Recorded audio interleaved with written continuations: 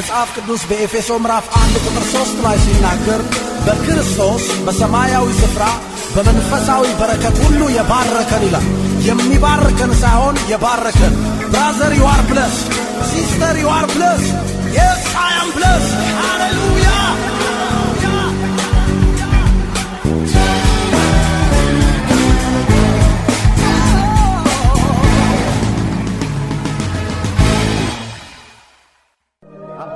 እናመሰግናለን በመካከላችን ስላለው የእግዚአብሔር ህልውና ሶሪች ወገኖች የእግዚአብሔር ህልውና በእኛ መካከል አለ።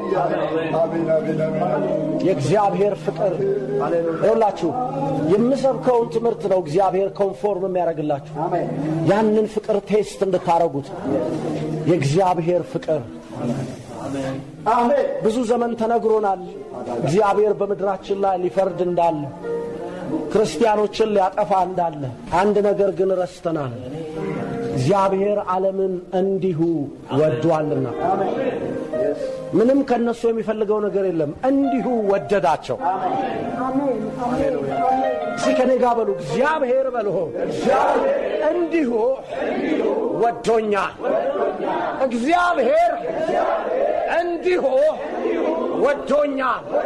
ስለወደደኝም አንድያ ልጁን የዛሬ 2000 ዓመት ለኔ ኃጢአት እንዲሆን አድርጎልኛል። ስለዚህ ዛሬ ለእግዚአብሔር ክብር እሰጣለሁ። ሃሌሉያ። ክብር ለኢየሱስ ይሁን። ሃሌሉያ። yes ሃሌሉያ። ሲጎናችሁ ያለውን ሰው ቅፍ አርጉትና ንጉሥ ሆይ እግዚአብሔር ይወድሃል። ንጉሥ ሆይ እግዚአብሔር ይወድሃል። yes God loves you. yes praise God. oh hallelujah. እግዚአብሔር ይወደናል። አሜን። wow praise God.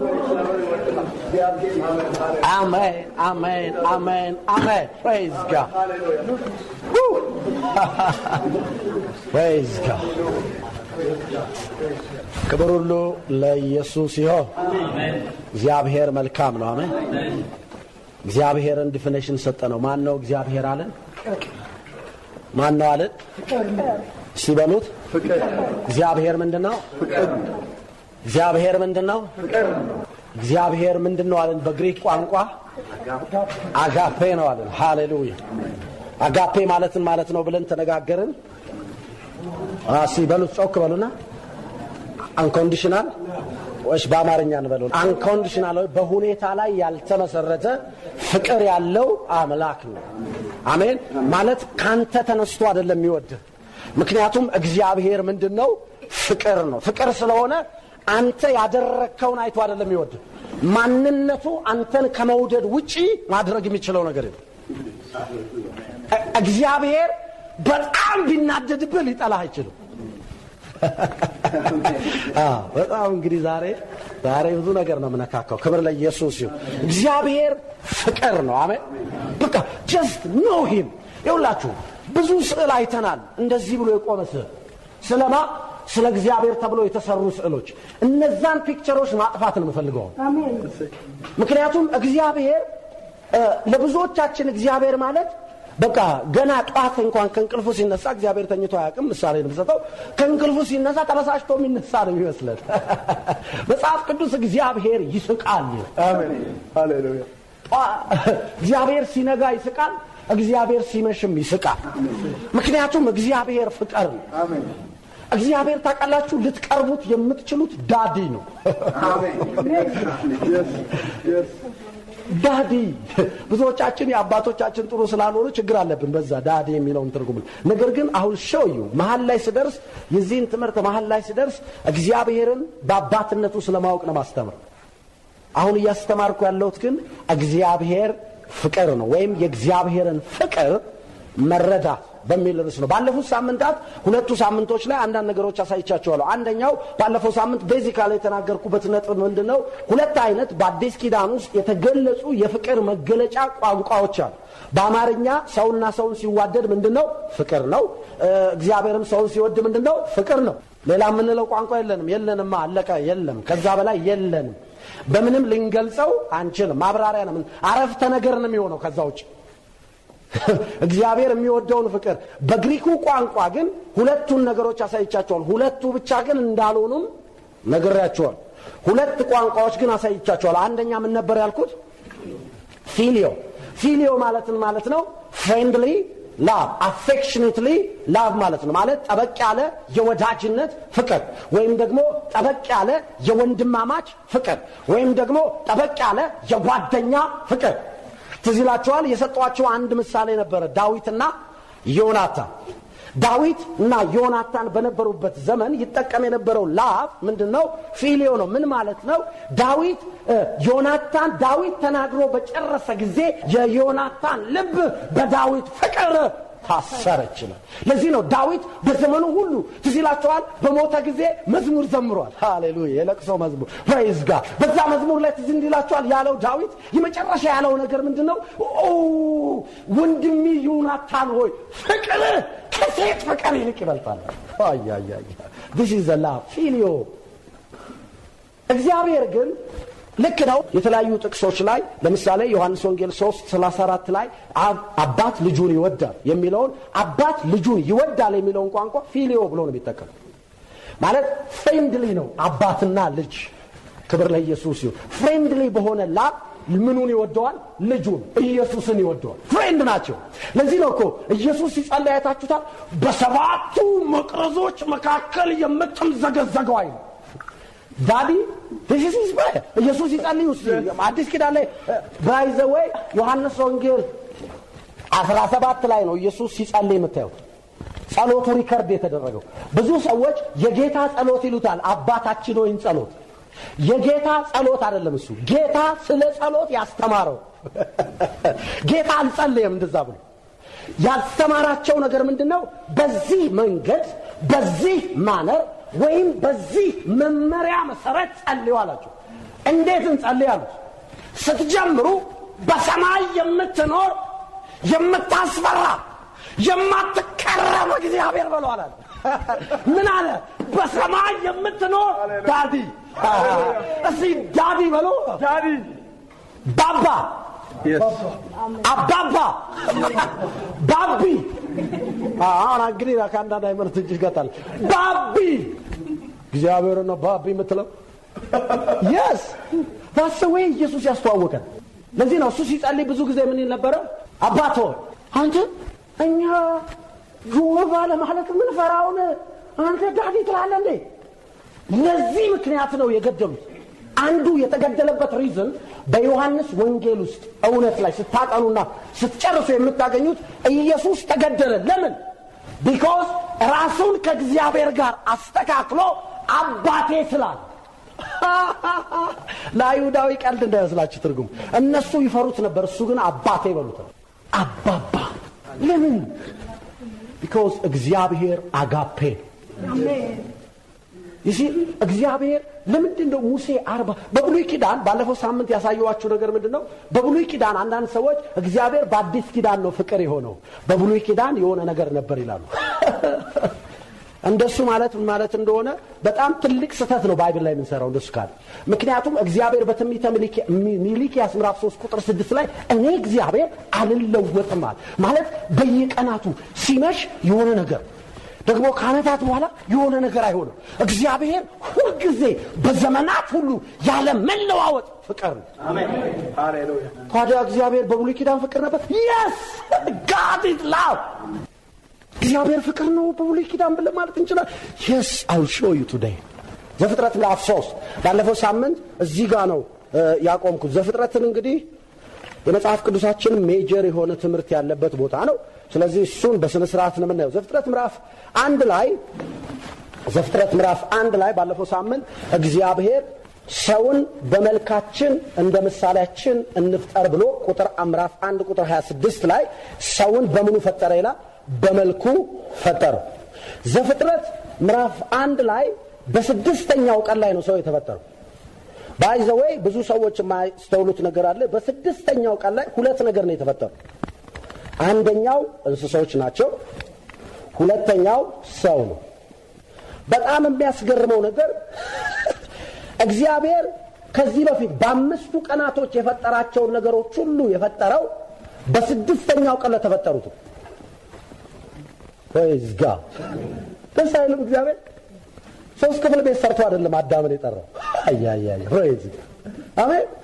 ዓለምን በሙሉ ሰራና ኤደን የሚባል ስፍራ ላይ ፕሌዠር ማለት ነው። ኤደን ማለት ባለፈው ሳምንት አስረድቻችኋለሁ። እግዚአብሔር ገነት በሚባለው በዛ በኤደን በሚባለው ስፍራ ላይ ገነትን ተከለ፣ ደስታን ተከለ፣ ደስ የሚያሰኙ ነገሮችን ሁሉ ተከለና ብራዘር አዳምን አምጥቶ እዛ ውስጥ ከተተ። አዳም ኢንጆይ ያደርጋል። በጣም የሚገርመው አዳም በህይወቱ የመጀመሪያ ቀን ኤክስፒሪየንስ ያደረገው ዴይ ምን ይባላል? ሰንበት ነው። ወይም ደግሞ የምን ቀን ነው? የረፍት ቀን ነው። ይኸውላችሁ ክርስትና ትግል አይደለም። ክርስትና ከረፍት ነው የሚጀምረው። እሺ በደም አሜን በለው። ዕብራውያን ምዕራፍ 4 ስታነቡ ብቻ ነው የሚገባችሁ። መጽሐፍ ቅዱስ እኛስ ያመንን ወዴት ገብተናል ነው? ወደ ትግል ወይስ ወደ ረፍት? ስለዚህ ክርስትና የመጀመሪያ ቀን አይነን ስትካፈል የረፍት ቀን ላይ ሬዝ ጋር ሰንበት ነው ትላለች። አያችሁ ክርስትና ከመሯሯጥ አይጀምርም። ክርስትና ከማረፍ ነው የሚጀምረው። ስለዚህ እኛ ለመፈወስ አንታገልም፣ ምክንያቱም ተፈውሰናል። ብዙ ሰዎች ለመባረክ ይታገላሉ። መጽሐፍ ሲነግረን ግን ኦልሬዲ ተባርካችኋል። ስለዚህ ስትጀምር ዲያብሎስ መጥቶ እግዚአብሔር አንድ ቀን ይባርካል ሲል ዶንት ቴል ሚ ዛት። ምክንያቱም የዛሬ 2000 ዓመት ኦልሬዲ በክርስቶስ በሰማያዊ ስፍራ በመንፈሳዊ በረከት ሁሉ ተባርካል። አሜን። አልባረክም ተባርካል። አንድ ወቅት ላይ አንድ ቦታ ላይ እግዚአብሔር ክርስቲያኖችን የመባረክ አጀንዳ የለውም ብዬ አስተማርኩ። በስማ ግማሽ እስኪደርስ ድረስ ሰው ምንድን ነው ትምህርት ምናምን እያሉ ነው ግማሽ ድረስ አሜን ሃሌሉያ ጌታ ይባርክ ማለት ጀመሩ። አንዳንድ ሰዎች ችግሩ ምንድነው? ዮሐንስ ወንጌል 6 ላይ ጌታ ኢየሱስ እያስተማረ ስብከቱን ሳይጨርስ ነው የሄዱት። ስጋዬን የበላ ደሜን የጠጣ የዘላለም ሕይወት አለው ብለው ኧረ በጌታ በኢየሱስ እዚህ ቸርች አልሆንም ብለው ሄዱ። እነሱ ከሄዱ በኋላ ትምህርቱን ሲጨርሰው ለካ እሱ የሚያወራውና እነሱ የገመቱት አንድ አይደለም። ይሄ ሰውዬ ስጋውን ሊያበላን ነው እንዴ ብላም ሲሉ አስጨርስ መጀመር ገና ሲጀመር ስህተት ነው። አብዶሎ አትዝጋው። ጀስት ሊስን መንፈስን አዳምጠው። መንፈስ ቅዱስ ኮሙኒኬት ሊያደርግ ይፈልጋል። ምክንያቱም እግዚአብሔር በጣም የማይፈልገው ሰው ቢኖር ሃይማኖተኛ። አዳም በዘፍጥረት ምዕራፍ 3 ላይ ሲወድቅ የወደቀው ይኸውላችሁ በኃጢአት ስንወድቅ ሃይማኖት አይደለም ያጣነው ክብር ነው። ለዚህ ነው ለምድር ትልቁ ጠላቷ ምን እንደሆነ ታውቃላችሁ? ሃይማኖት። ምክንያቱም ትልቁ የምድር ጠላት ሃይማኖት ነው። ሰውን መንፈሳዊ ያስመስልና አጋንንት ያደርጋል። እግዚአብሔር የሚፈልገውን ነገር እያጣመመ ያቀርበዋል። እግዚአብሔር ለልጆቹ ሃይማኖት የለውም። ለዚህ ነው ኢየሱስ እኔ አለ ሌባው ሊሰርቅ ሊያርቅ ሊያጠፋ እንጂ ሃይማኖት ሊሰጥ አይመጣም። ግን ሲያጠፋ በሃይማኖት በኩል ነው ያጠፋ። ሃይማኖተኛ ያደርገዋል። እግዚአብሔር አንዳንዴ በበሽታ ያስተምራል ብሎ ያስተምራል። አንዳንድ እንጂ ቸርኮ ነው እሱ። ከዛ ምን ያደርገዋል? ጥቅስ እንዲፈልግ ያደርገዋል። ማን እንዲጠቅስ ያላችሁት የተለመደ ነው። በቃ የምናውቀው ሰው እያላችሁ ኢዮብ ዋይዘዌ ኢዮብ ስለተናገረው ነገር ሁሉ ጠቅለል አድርጎ ምዕራፍ 42 ላይ ንስሐ ገብቶ እግዚአብሔር ሰጠ እግዚአብሔር ነሳ ብሎ አለበት። ሲጨርስ ሳላቅ ነው የተናገርኩት። እሱን ታቀሳ አትሙት አላወኩም። አፌ የማያውቀው ነው የለፈለፈው አለ። ምክንያቱም በሽታው ስላስለፈለፈው ነው የለፈለፈው። እንዴ አሁን እስቲ ታሪኩን እኮ ለኛ ተጽፎልናል አይደል? እግዚአብሔር ነው የወሰደበት ሰይጣን እያየን አይደል እንደ ወሰደው። ከዛ ኢዮብ ምን አለ? እሱ ሰጠ እሱ ወሰደ። መለጠፍ በጣም ቀላል ነው። እግዚአብሔር ይውላችሁ እግዚአብሔር አንድ ነገር ከሰጠ በኋላ መልሶ አይወስድብህም። ብትፈልግ ድራሹን አጥፎ ያስከውን ነገር አይወስድብህም። ለምን? እግዚአብሔር ከጠራ በኋላ በጸጋው ስጦታና በስጦታዎቹ አይጸጸትም። ሰጣደል ከሰጠ በኋላ ወይኔ ባልሰጠው ነው ቀሞዋለሁ በቃ አይደለም ሚስዩ ስታረገው ካየ ኖ ሚስዩ ዛረከው ግን ሌላ ጨምርልን በሱ እንጆር ችግር ሌላ ጨምርልን አድግም ግን እሱ እንደፈለከው እሺ መጽሐፍ ቅዱሳችሁን በትክክል ስታጠኑ 6 ቀን ላይ በስድስተኛው ቀን ላይ ለተፈጠሩ ሰው ነው 5 ቀን ላይ የተሰሩት ነገሮች 6ኛው ላይ ለመጣው ለአዳም ነው የተሰራው ስለዚህ ሰው ሲፈጠር የተፈጠረው ለመከራ አይደል መቼም በዚህ ምድር ላይ መኖር መከራ ነው እንዲህ አይነት አባባሎችን ካፋችሁ አውጡ በኢየሱስ ክርስቶስም ኢየሱስ እንዲህ አለ እኔ ሃይማኖት ልሰጣችሁ ሳይሆን ህይወት እንዲሆንላችሁ አያችሁ ያጣነው ህይወት እንጂ ሃይማኖት አይደለም ብዙ ሃይማኖት አለ ህይወት የሌለበት ህንድ ሀገር በጣም ያስጋል በህንድ ምሳሌ ልስጥ እንግዲህ እኛም ሀገር ብዙ ነገር አለ ያው ህንድ ሀገር ሁሉንም አምላክ ይዘላቸው ስትል ይቀበሏል ለምሳሌ ኢየሱስ ያድናል ታው እንጂ ይባላል አንተው 300 አምላክ አለው 301ኛ ይደመራል ምክንያቱም የትኛውንም እግዚአብሔር ሚስ ማድረግ አይፈልግም አምላክ ከሆነ ሚስ ማድረግ አይፈልግም 300 ሁለተኛ የሚሆነ ነገር ዘከር ታውጂ እንዲባል አምጣው የለም አይሉ ተስራንተው ተቀብሎ ከየትኛው ጋር ደብሎ ከነበሩት ጋር እና አውጥተው ከቦርሳ ያሳየ እኔ አምላክ ከቦርሳ አውጥተው ያሳየ አየው ወደዚህ ነው መጣልኝ ነው ኢየሱስ ግን የመጣው ህይወት ሊሰጠን አሜን አይደለም ዘፍጥረት ምዕራፍ 2 ላይ እግዚአብሔር አዳምን ያዘዘው ነገር ምንድን ነበር በምድር መካከል የፈጠራቸው ፍጥረታቶች ያሳየናል ምዕራፍ 2 ቁጥር 8 እግዚአብሔርም አምላክ በምስራቅ በኤደን ገነትን ተከለ የፈጠረውንም ሰው ከዚያ አኖረው ሃሌሉያ በዛ ደስ በሚለው ቦታ ላይ አኖረው እግዚአብሔርም አምላክ አስቡ እስቲ ይሄ በብሉይ ኪዳን የፈጠረው ማለት እዚህ እንኳን በብሉይ ኪዳን ማለት አይቻልም ይሄ ባር ወደፊት አስተምራችኋለሁ እሱ ግን ይሄንን የፈጠረውን አዳምን በጣም ደስ በሚያሰኝ ቦታ ካደረገው እናንተስ በክርስቶስ ኢየሱስ አዲስ ፍጥረት ያደረገንን ምን ውስጥ ይከተል ይሆን አስባችሁ ታውቃላችሁ እንደዛ ይሄንን አሮጌውን ሰው ማለት የወደቀውን አዳምን ከፈጠረው በኋላ በጣም የሚያምር ነገር ውስጥ ከከተተው በአዲስ ኪዳን በክርስቶስ ኢየሱስ እንደገና ለፈጠረው ሰው ምን ያዘጋጅ ይሆን እግዚአብሔር ነው ዝም ብሎ በራሱ ውጣው ይላል አያችሁ አስቡ መጽሐፍ ቅዱስ ላይ በአዲሱ ፍጥረት ላይ ስናያለን ምን ይላል እግዚአብሔርም አምላክ ስሙ በጣም የሚገርም አምላክ ነው ለማየት ደስ የሚያሰኝ ምን አይነት አምላክ አማትበላቸው እያየ የምትደሰትባቸው ፈጠረልን ለማ አንድ ሰው ነው ያለው በመሆኑ አዳምና ሔዋን ኢንፋክት እዚህ ቦታ ላይ ማን ብቻ ነው ያለው አዳም ብቻ የሚያሰኘው ለመብላት መልካም የሆነውን ዛፍ ሁሉ ከምድር አበቀለ ጌታ ይመስገን ከዛ ምን አረገ በገነት መካከል ስሙ መልካም መካከል የሕይወትን ዛፍ መልካምና ክፉን የሚያስታውቀውን ዛፍ አበቀለ ስንት ነገሮች አበቀለ ይላል 2 አይነት ዛፎች አንደኛው የምን ዛፍ ይባላል የሕይወት ዛፍ ሁለተኛው መልካምና ክፉን የሚያስታውቅ ዛፍ አበቀለ እነዚህ 2 ዛፎች ካበቀለ በኋላ አሁን እግዚአብሔር ለአዳም ምን እንደሚለው ላሳያችሁ ቁጥር 16 ላይ እግዚአብሔርም አምላክ ሰውን እንዲህ ብሎ አዘዘው ባለፈው ሳምንት አዘዘው የሚለውን ቃል ትርጉም አሳይቻችኋለሁ አስረዳው አሳመነው አሳየው ኮንሲኩዌንሱን አሳየው ማለት እንደዚህ ከሆነ እንደዚህ ይሆናል ውጤቱ እንደዚህ ነው ብሎ ይሄ የትእዛዝ ጉዳይ አይደለም አሁን እግዚአብሔር እዚህ ጋር ብዙ ሰዎች ምን ያስባሉ እግዚአብሔር እኮ ያችን የሕይወትና መልካምና ክፉን የምታስተዋውቀው ዛፍ እኮ እዛ ያደረገው ሊፈትነው ነው አይደለም ቢሆን ኖሮ አብሮ የሕይወትን ዛፍ አያስቀምጥም አዳም እንዲመርጥ እንጂ እንዲፈተናል ልክ ዛሬ የዘላለምን ሕይወት ሰው መርጦ እንደሚቀበለው ያንንም ዘላለም መኖርን አዳም መርጦ እንጂ እግዚአብሔር ፈጥሮ አልሰጠው ለምን ሲባል በፈቃዱ እንዲኖር የተሰራ ሰው ስለሆነ ሰምታችሁኛል ምን ያህሎቻችሁ ካፕቸር አድርጋችሁታል አዳም ሲሰራ የተሰራው የዘላለም የማይሞት ሆኖ አይደል አዳም ሊስት ይችላል ግን እግዚአብሔር 2 ምርጫ አስቀመጠለት የሕይወት ዛፍ እዚህ መልካምና ክፉ የሚያስታውቅ ዛፍ እዚህ ስለዚህ አዳም አለው እግዚአብሔር ቁጥር 17 ላይ እንዲህ አለ እንዲህ ብሎ አስረዳው ከገነት ዛፍ ሁሉ ትበላለህ ገነት ውስጥ ካለ ዛፍ ሁሉ ምን ትላለህ ትበላለህ ኢንክሉዲንግ ማንን ይጨምራል የሕይወትን ዛፍ እዚህ ብዙ ጊዜ ስለዚህኛው ዛፍ ነው የሚሰበከው። ነገር ግን እዛው ጎኑ ላይ የሕይወት ዛፍ አለ። ከሕይወት ዛፍ ትበላለህ፣ ከገነት ዛፍ ሁሉ ትበላለህ። ነገር ግን መልካምና ክፉን ከሚያስታውቀው ዛፍ ግን አትብላ። ከእርሱ በበላህ ቀን አየህ ኖረ ትሞታለህ ሳይሆን በበላህበት ቀን the day you eat that tree you will die። የበላህት ቀን you will die።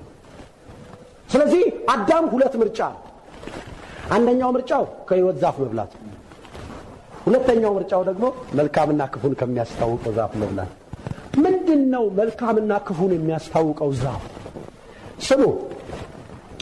ይሄ ዛፍ እግዚአብሔር ዘፍጥረት ምዕራፍ 3 ላይ አዳም ከኛ እንዳንዱ ሆነ ነው ያለው። ምን የሚያውቅ መልካምንና ክፉን።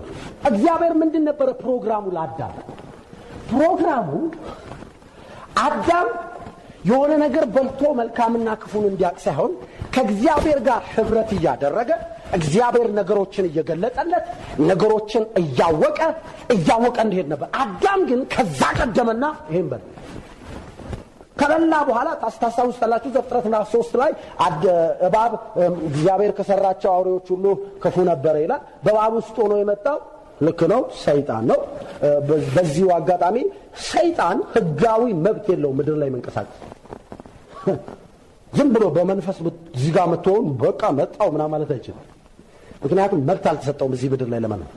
እዚህ ምድር ላይ መኖር ከፈለገና መስራት ከፈለገ የሚሰራው ቦዲ እየተጠቀመ የእንስሳን ስጋ ይጠቀማል፣ የሰዎችን መኖሪያ ይጠቀማል፣ ከዛ አብሮ ይሰራል። ታውቃላችሁ በሴም ወይ ነው መንፈስ ቅዱስ እዚህ ምድር ላይ ለመስራት ለምን በራሱ አይሰራም? ለምን እኛውስ መኖር አስፈልገው? ቢኮዝ ምድርን ለማሰጥቷል እግዚአብሔር ለሰው ልጆች። ስለዚህ ካለ ሰው ልጆች ፈቃድ ምድር ውስጥ ገብቶ ማተራመስ አይቻልም። ስለዚህ እኔና እናንተን ይጠቀማል። አሜን ሃሌሉያ። አያችሁ። ስለዚህ መንፈስ ቅዱስ እኔ አልገድበውም። ክብር ለኢየሱስ። በእኔ ህይወት ውስጥ እያለፈ ታሪክ ይሰራል። አሜን።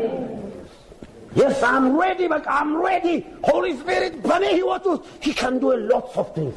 ሰዎች በእናንተ ውስጥ አልፎ ሰው ይባርካል፣ ሰው ያጽናናል፣ ሰው ይፈውሳል፣ ሰዎችን ከመከራ ያወጣል። ለምን ሲባል እናንተ ውስጥ ያደረበት ሪዝን ምድር ውስጥ ህጋዊ መብት እንዲኖረው። ስጋ ከሌለ ይሄኛው ስጋ ከሌለ ምድር ላይ ለመኖር ህጋዊ መብት የለህም። ሰው ከዚህ ስጋ ከወጣ በኋላ መታወቂያ የለህም።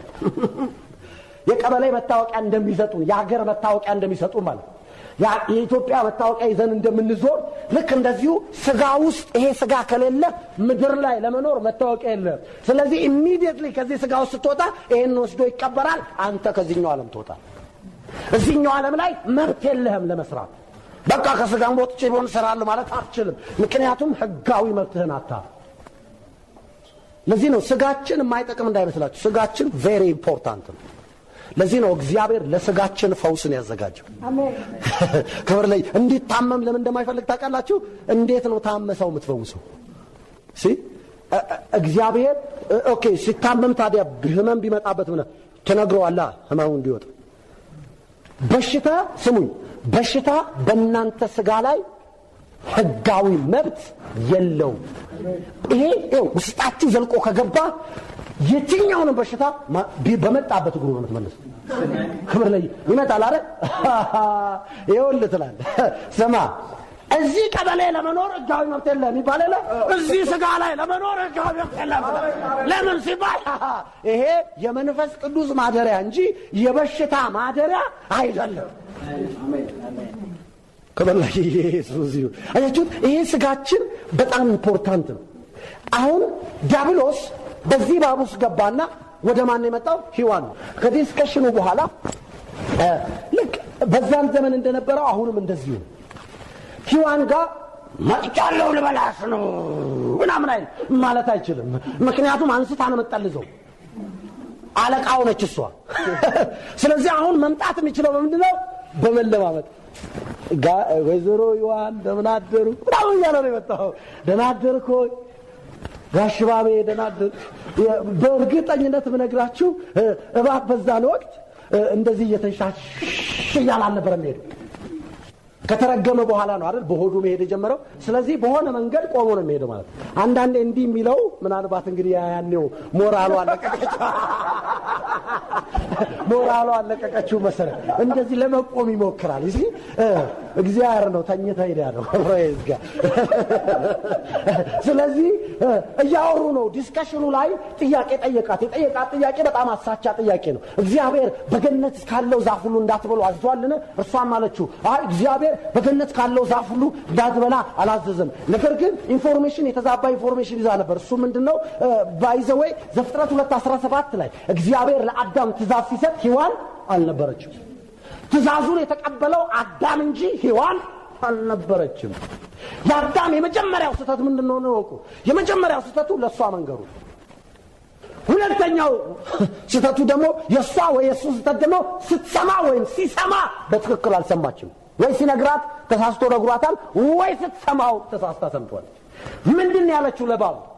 እግዚአብሔር እንዳትበሉ አይደለም እንዳትበሉ እንዳትነኩ። እግዚአብሔር እንዳትነኩ ብሏል። ምን እንዳልት ነው ያለው? አዳም ከዚህ ዛፍ እንዳትበላ ነው።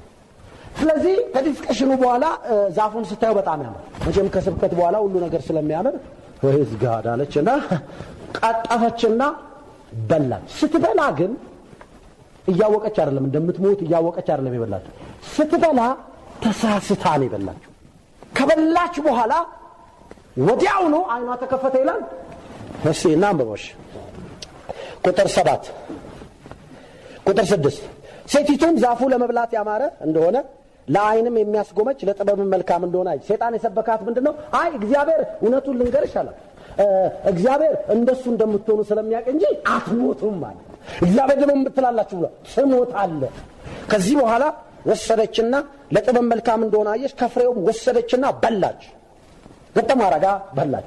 ባሏ የሆነ ቦታ ሄዶ ነበር ምናምን is not በላች። ከዛ ለባሏም ደግሞ ከሆነ ቦታ ሲመጣ ሰጠችው ሳይሆን እዛው ነበር ሰውየው። አዳምን እግዚአብሔር ያለው ምንድነው? ጠብቅ። በዲስከሽኑ ማለት ኢንተርፌር ማድረግ ነበረበት። ኖ ዴቭ ኖ ስቶፕ ይሄን አይዲያ አታመጣም ማለት ነበር። ዝም ብሎ አየ። ከዛ እሷ በላች፣ ምንም አልሆነችም።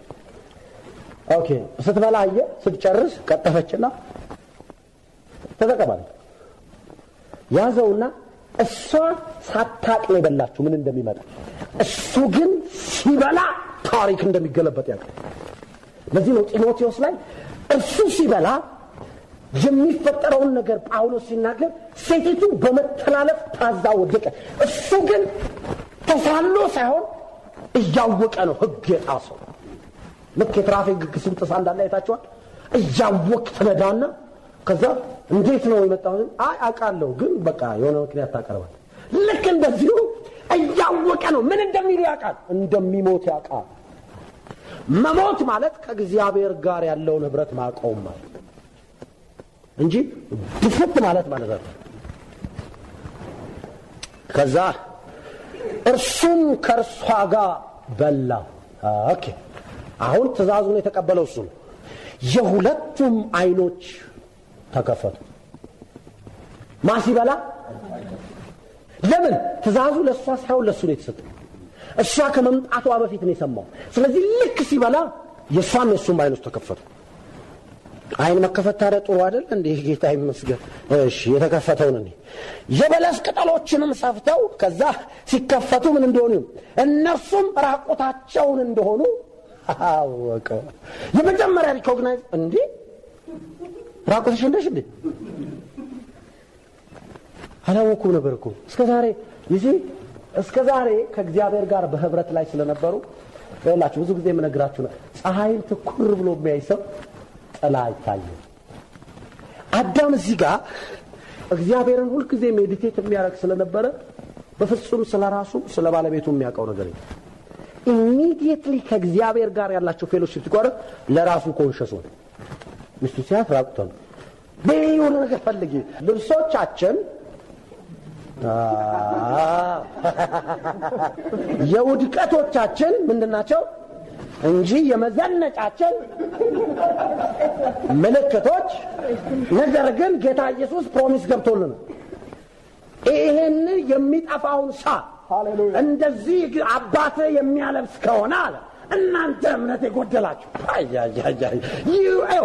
the best of the land እንለብሳለን አሜን ነገር ግን ልብሱ አያሞቀንም አያቀዘቅዘንም ከጌቱ ጋር እንደመጣ ስለምናቅ ማለት ፕሬዝ ጋድ ከዛ ቀኑ በመሸ ጊዜ እግዚአብሔር መጣ አይ ደጉ እግዚአብሔር አይገርም ለምን አይቶ ምን ምንድነው ከሰው ጋር እግዚአብሔር ያለው ምን በቃ እኮ ወደቀ አይደል የነገረውን አልታዘዘም በቃ የራሱ ጉዳይ እኔ አገባኝ ከዚህ በኋላ በተወጣው ይወጣው ለምን ብሎ አይቶ ይሄ እግዚአብሔር ፍቅር ነው አይደል ስሙት ቁጥር 8 ላይ እነርሱም ቀኑ በመሸ ጊዜ የእግዚአብሔርን የአምላክ ድምጽ በገነቱ ሲመላለስ ሰሙ እግዚአብሔር ሁሉ ጊዜ ከሰው ጋር ህብረት ይፈልጋል ከዛ ምን እንዳለ ስሙ አዳምና ሚስቱም ከእግዚአብሔር አምላክ ፊት በገነት ዛፎች መካከል ተሸሸጉ ለመጀመሪያ ጊዜ ሰዎች ከእግዚአብሔር ጋር ያላቸውን ህብረት ማበላሸት ጀመሩ እግዚአብሔር ከሰው ልጆች ጋር ፊት ለፊት ነበር የሚያወራው እዚህ ጋር ግን ምን አረጉት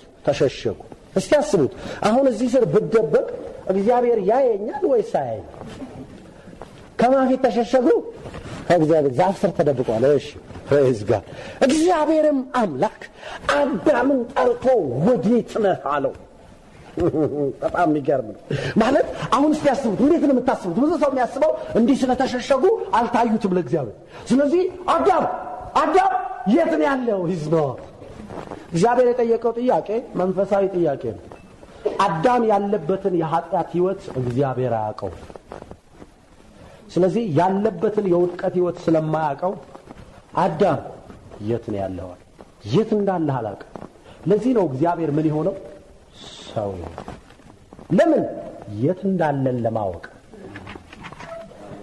ክብር ለኢየሱስ አያችሁ እኔ የተቀመጥኩበት ወንበር ላይ እስክትቀመጥ እኔ የሚሰማኝ ላይ ሰማኝ ገመድ መላክ ይቻላል ለማውጣት አይዞ በርታ ቻለው ግን you don't feel what I feel ስለዚህ እግዚአብሔር no I don't know where they are ስለዚህ አጣለው ወርጄ መጣና እነሱ ያሉበት ቦታ the first time ታውቃላችሁ በደካማው አይደክምም እኮ ነው the first time እግዚአብሔር ርቦታ ያውቃል ራበው ኦኬ እንደዚህ ነው የሚሰማቸው ለዚህ እኮ ነው ዕብራውያን 4:14 ላይ በድካማችን ሊራራልን ለምን በነገር ሁሉ እንደኛ ማለት እኛ የቀመስነውን የቀመሰ ስለሆነ ሊራራልን የሚችል ሊቃካሉ ይው በአብና በወልድ መካከል ያለው ልዩነት ይው ወልድ ሰው ስለሆነ ሁልጊዜ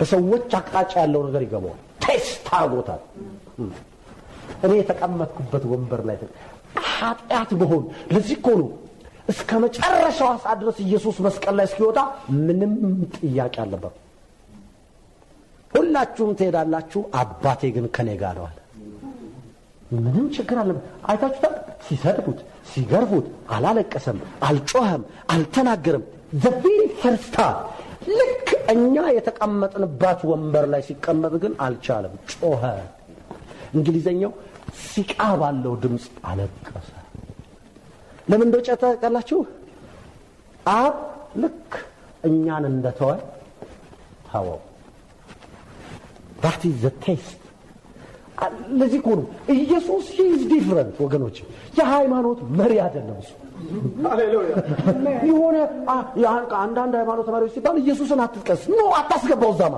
የለበትም እሱ እነሱማ ማናቸውም አንተ ያለበትን ቦታ ቴስት አላረጉ he is the one ተቀመጠ ታቀላችሁ ሲቀምሰው የመጀመሪያ ያለው አምላኬ ለምን ታውከኝ this is the place የተቀመጥንበት ቦታ ተተተን ነበር ከእግዚአብሔር ጋር ያለን ነገር ተቋርጦ ስለዚህ ለመጀመሪያ ጊዜ በህይወቱ ቀመሳ መንፈሳዊ ሞት ይባላል ከእግዚአብሔር መለየት ከዚህ በኋላ እግዚአብሔር እንዳትበላ ካዘዝኩ ዛፍ እንዳትበላ ካልኩ ዛፍ በላህ ነው አዎ አንተ ከኔ ጋር እንድትሆን የሰጠኝ ሔዋን ሰጠችኝና በላው አለ ኦኬ አንቺ ለምን በላ ሲባል እባቡን አለች ቁጥር 14 ላይ እግዚአብሔርም አምላክ እባቡን አለ ስሙ ይህን ስላደረግ ከእንስሳት ከምድር አራዊት ሁሉ ተለይተህ አንተ የተረገምክ ትሆናለህ በሆድህም ትሄዳለህ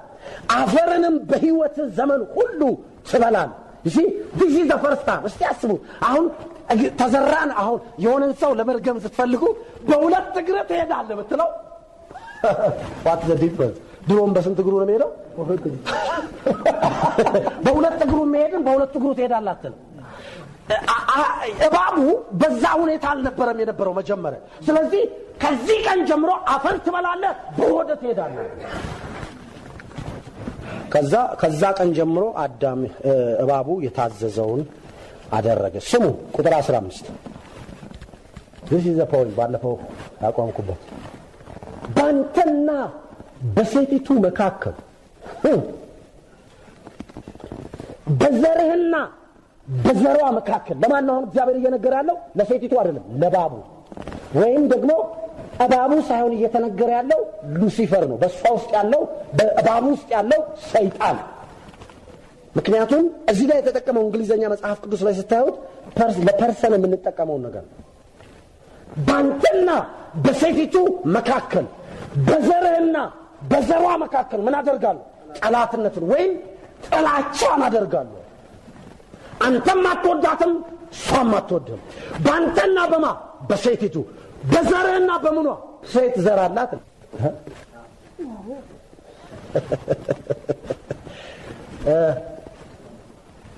ኦኬ ባዮሎጂ ላውራሽ።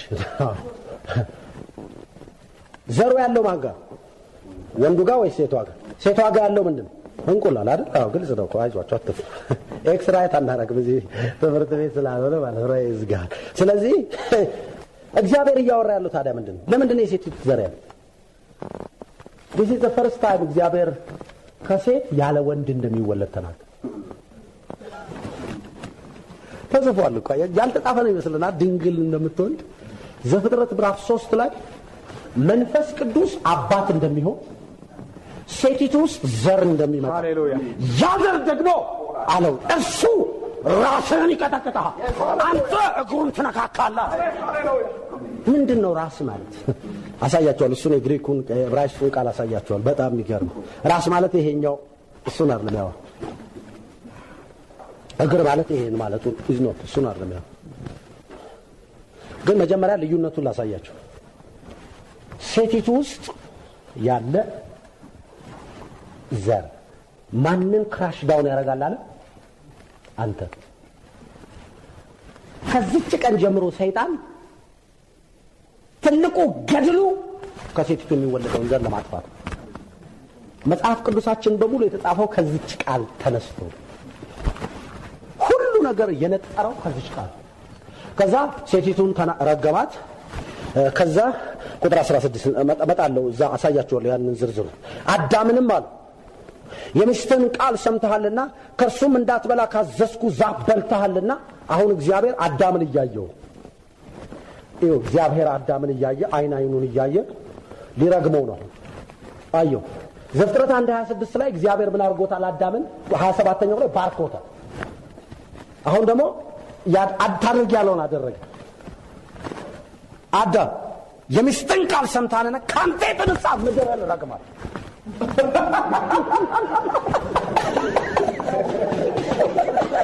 ለምን ሲባል አንድ ጊዜ ከባረከ በኋላ ሊረግም ስለማይችል።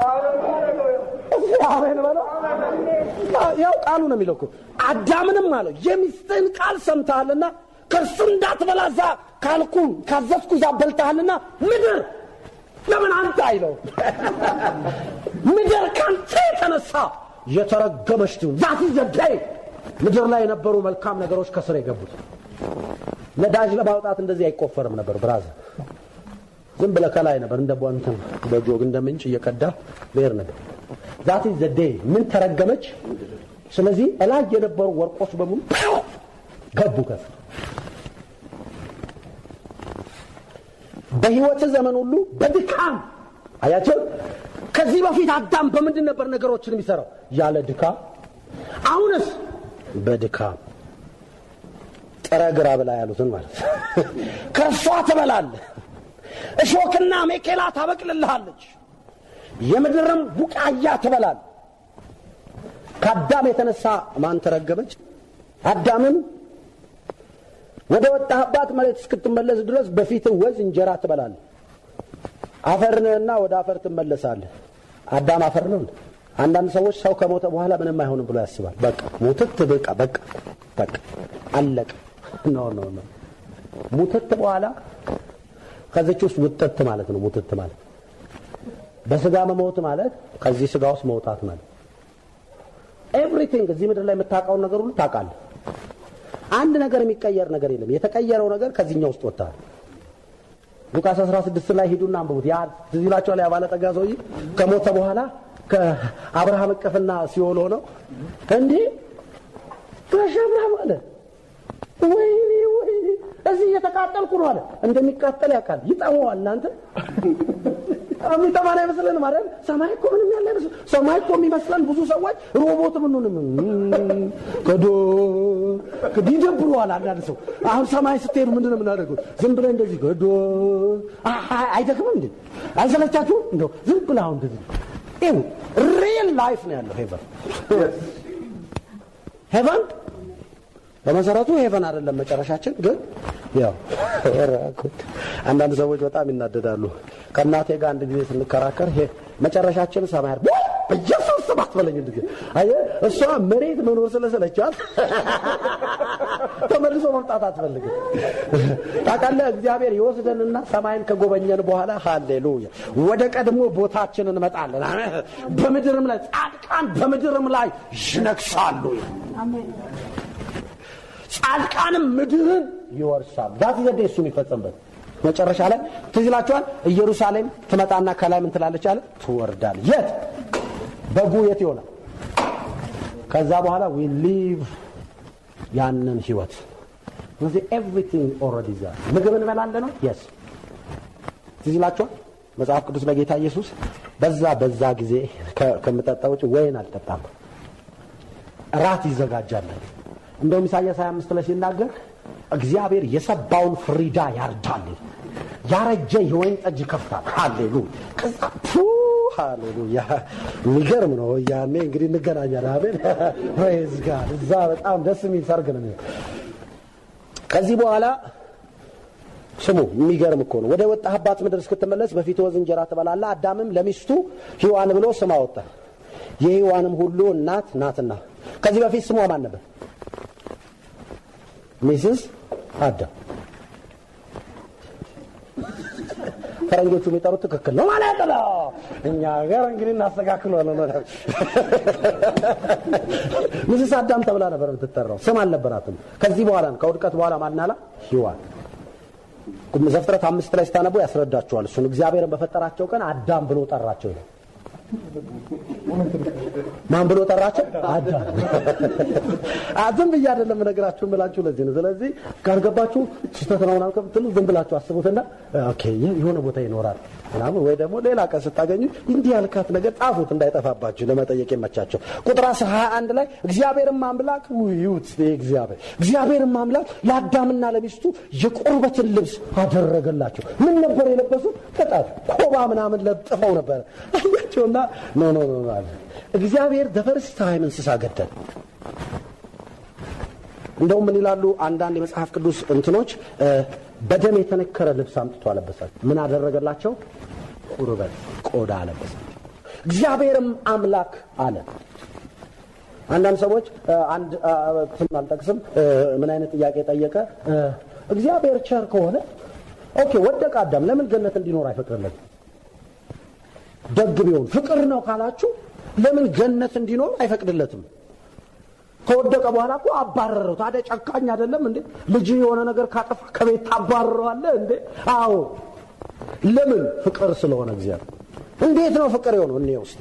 እግዚአብሔርም አምላክ አለ እነሆ አዳም መልካምና ክፉን ለማወቅ ከኛ እንዳንዱ ሆነ። ስሙ የመጀመሪያው የዲያብሎስ ዕቅድ እችኛዋን መልካምና ክፉን የምታስታውቀዋን ዛፍ ማብላት ቢሆንም የመጨረሻው ዕቅዱ ግን ያችን ካበላው በኋላ ሁለተኛዋን ዛፍ ማብላት። ምን የምትባለው? የሕይወትን ዛፍ። አዳም በውድቀት ሕይወት ውስጥ እያለ የሕይወትን ዛፍ ካበላው አለቀ። ሊድን የማይችል ሰው ይሆናል። ማንን ይመስላል? ሰይጣንን ሆኖ ቁጭ። ለዚህ ነው ሰይጣን ሊድን አይችልም። ወደ ራሱ ስቴፕ ሊያመጣው ነው የፈለገው። ስለዚህ እግዚአብሔር ምን እንዳለው ከኛ እንዳንዱ ሆነ ካለ በኋላ አሁንም እጁን እንዳይዘረጋ ደግሞም ከሕይወት ዛፍ ወስዶ እንዳይበላ አስቀድሞ ምንም በልቷል? መልካምና ክፉን የሚያስታውቀውን ዛፍ። ለዚህ ነው ብዙ ጊዜ ነግራቸዋል። ማንም ሰው ተሳስቶ መንግስተ ሰማይ አይገባም። ወይ አላወኩም ነበር መንግስተ ሰማይ እንደምገባ ጌታ እግዚአብሔር መስከራ አይልም። መርጠህ ነው የምትገባው። ማንም ሰው ደግሞ ተሳስቶ ሲኦል አይገባም። መርጠህ ነው የምትገባው። ምናልባት ሰውየው ሲመርጥ ሳያቅ ይሆናል። ኢየሱስን እምቢ ስትል አጠቃላይ ሄቨንን ነው የሚለው። ስለዚህ የምርጫ ጉዳይ ነው። አዳምም የዘላለምን ሕይወት ለማግኘት መምረጥ ነበረበት። ስለዚህ እሱን አልመረጠም። ምንን መረጠ? ከዚህ በኋላ ድጋሚ እንዳይበላው እግዚአብሔር ከሕይወት ዛፍ ወስዶ እንዳይበላ ለዘላለም ሕያው ሆኖ እንዳይኖር። ስለዚህ እግዚአብሔር አምላክ ከኤደን ገነት አስወጣው። ለምን እዚህ ጋር ለምን ሲባል ካላስወጣው ያችን ይበላል። ስለዚህ ኢየሱስ መጥቶ ቢሞትም አይድንም፣ ሰው የማይጠቅም ይሆን። ስለዚህ እግዚአብሔር ምን አደረገ? ድጋሚ ኢየሱስን ልኮ ማዳን ስለሚፈልግ አዳም I love you so much but ላስወጣ ላባረረ። ካባረረው በኋላ ያደረገው ነው የተገኘባትንም መሬት ሲያርስ ዘንድ አዳምንም አስወጣው። ለምን? ከሕይወት ዛፍ እንዳይበላ። ወደ ሕይወትም ዛፍ የሚወስደውን መንገድ ለመጠበቅ ኪሩቤልን የምትገለባበጥ የነበልባል ሰይፍን በኤደን ገነት ምስራቅ አስቀመጠ። ከዛ ደግሞ ምናልባት የሰውዬ ሊመጣ ስለሚችል ሰይፍ ያለው ሱራፌል ደግሞ ምን እንዲያረግ ያችን ዛፍ ድጋሚ እንዳይበላበት። God is love። አቤት እግዚአብሔር የሰው ልጆችን አይወድም። ታስዋይ ስለሚወደን እኮ ነው። አሁን የራሱ ጉዳይ ቢኖር እኮ ድጋሚያችን ያበላዋል። በቃ ሰይጣን ሆነ ነው በቃ አለቀ። ላይፋችን ተበላሽቶ ነበር። በቃ ይዝላል። አሜን። ምን አደረገው? ውጣ። ለምን? መጣለው እዛው ያለህበት መጥቼ እስከምመልስ ድረስ ውጣ። ካወጣው በኋላ ዘፍጥረት 3:15 ላይ ያለውን ቃል አሁን ላሳያችሁ።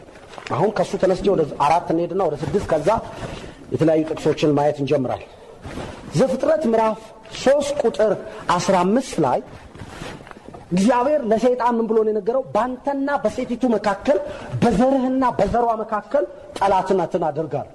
አሁን ዘሯ ከመንፈስ ቅዱስ የሚመጣ ያለ ኃጢአት የሚወለድ እንደሆነ ግልጽ ነው። የመጀመሪያው ስራው ምንድነው አለ? እርሱ ራስህን ይቀጠቅጣል።